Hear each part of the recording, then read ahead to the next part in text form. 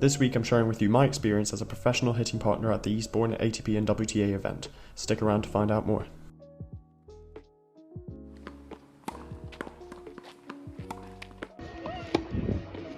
So yeah, I just want to share with you my experience and what a day in the life of a professional hitting partner is actually like.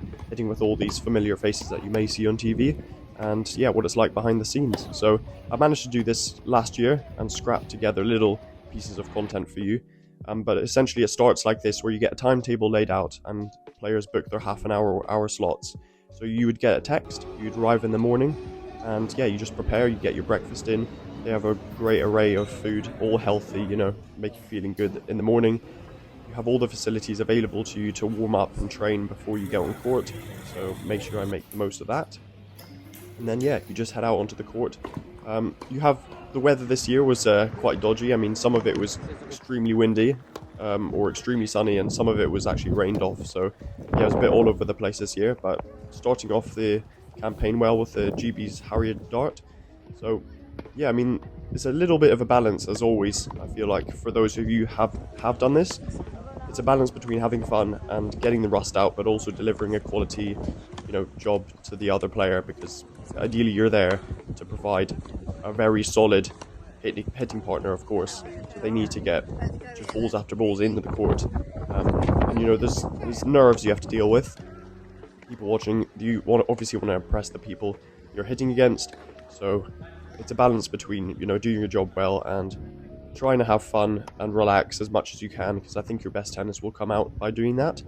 But yeah, throughout this video you'll have a look and you'll see what sort of things these pros tend to practice a lot.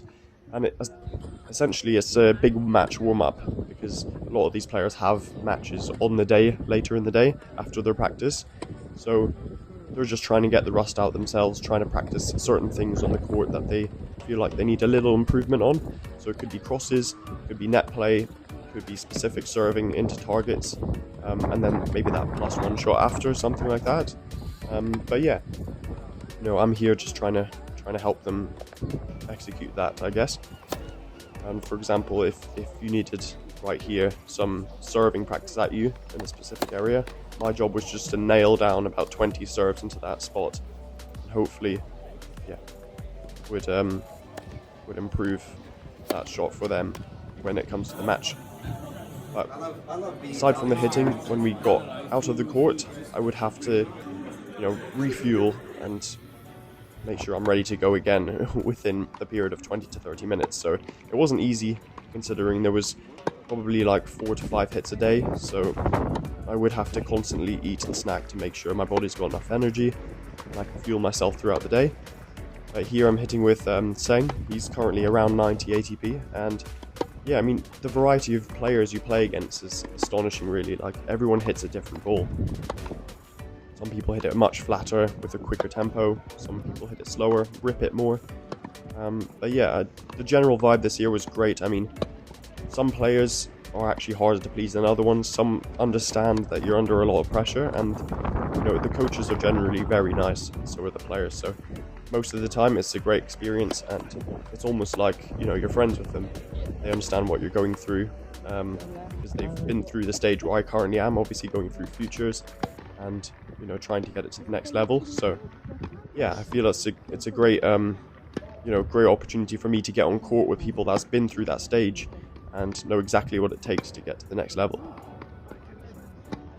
But yeah, of course, I mean, one of the other surreal things about this experience is that you see a lot of these faces on TV, and if you haven't seen them in person before, you're in such close proximity. They could be in the next court but beside you, or sitting down to eat, or just in the lounge area, and it's quite crazy to think, oh, I've literally watched you my whole life growing up as a kid, and then I'm literally next to you, or potentially even playing with you. So yeah, that's one of the amazing things about this opportunity, is that not only do you get to learn from them, you just get to be around them and see how they operate, see what things they do to prepare themselves, and what things you can take to put into your own routine and put into your own daily sort of operations, and whatever you think might help you. I think it's great to learn from. Even when you're spectating, you can take a lot of information, just how they hit the ball, how they set up, how do they go about practicing, what intentions and to what intensity. So I think just get out there on court, or just get out there to your local event and start watching people, play properly. It's yeah, it's really eye-opening. I feel like you will learn a lot, and it's worth it for sure, I think.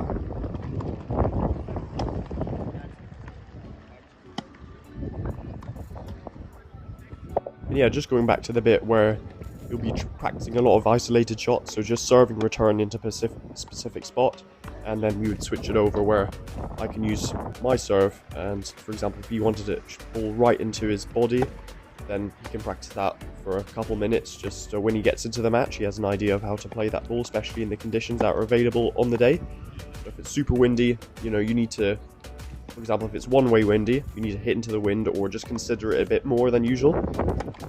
And that's what you would practice mainly, I think, throughout the whole tournament, is just adapting to the conditions and trying to put yourself in that situation as much as possible, so you're not surprised when it comes down to it under pressure. But yeah, I'm here with Matteo Bellucci. He's actually a super nice guy, really fun to be around, and he's had an amazing couple of months, and the last year especially, where he's had a run. I forgot where it was, but he's managed to climb up the rankings really high, and yeah, it's great to see him in action.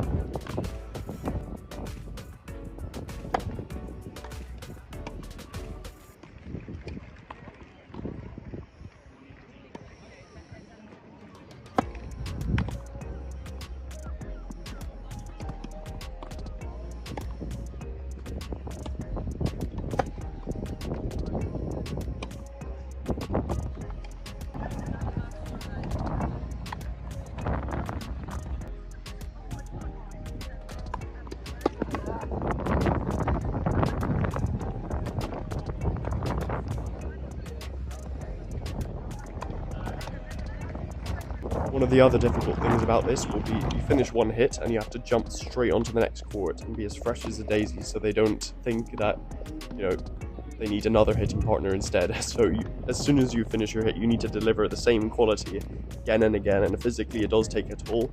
But it's all good fun, and especially when everyone's so encouraging, I think you always find a way through it. But yeah, especially when the days pile up, it does make a difference to how you actually play. When you're doing on court for that much time, you don't get a lot of rest. Probably get about 20 minutes in the 4 hours to actually sit down.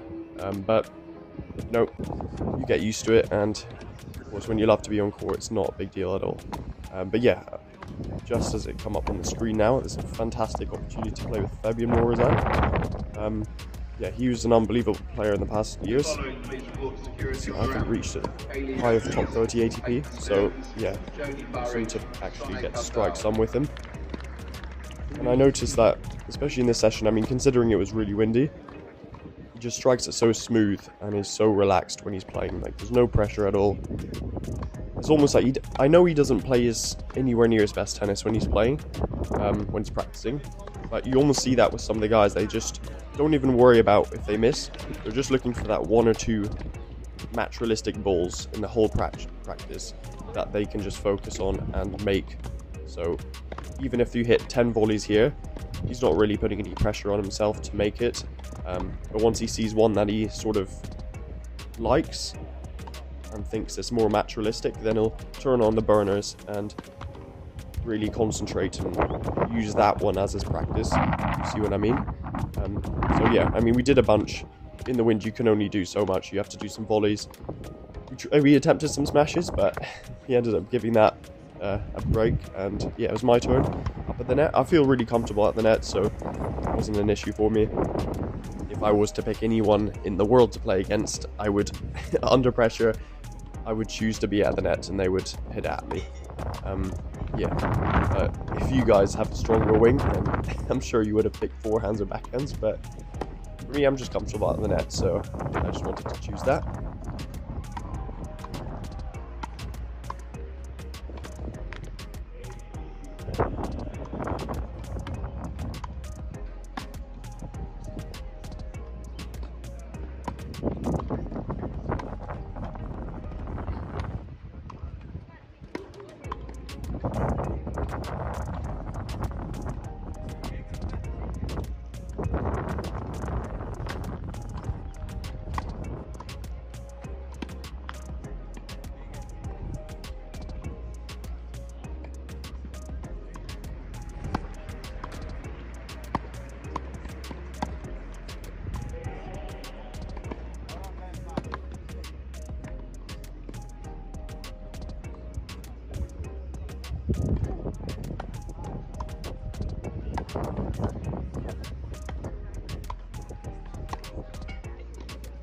Yeah, here we go, getting into some serving. And again, throughout this video, you'll constantly see there's serving to a specific spot, and my job is just to make the return back or give them a second ball that they can approach on. And yeah, you see that a lot, especially when I'm serving. They'll want a specific place, so if it's just with their forehand, a little bit more spin, maybe the bounce is higher they want, or the bounce is lower, depending on also the opponent. If their opponent has a slicey serve, then they will want me to emulate that and try and give them a similar experience. So yeah, I feel like as a hitting partner, you have to have that in your locker, and you have to have good variety on all your shots in case that is needed.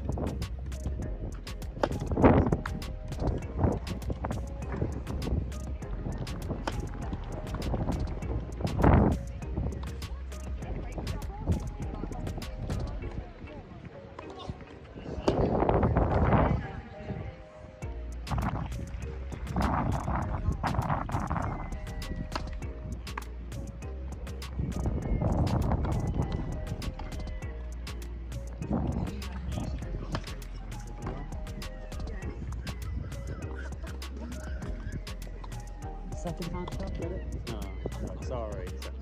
Bye.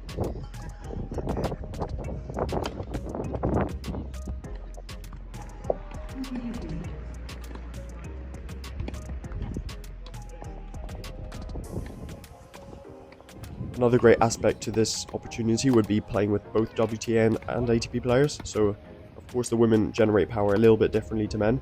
So they use a bit more rotation and they hit flatter through the court. So it's really interesting to play against.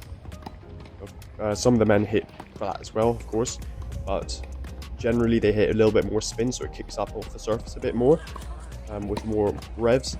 But the women hit through the court a lot more, and they're very stable, so they're low to the ground and they can generate a lot of power that way.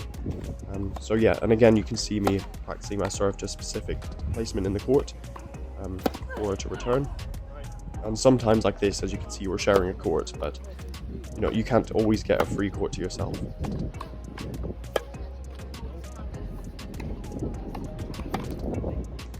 One of my last hits this year would have been with Jacob Fernley, and he's a player that was playing this event last year around 400, 500 ATP, and he's meteorically rise up the rankings to around the top 50, so it's very interesting to see how he plays in person.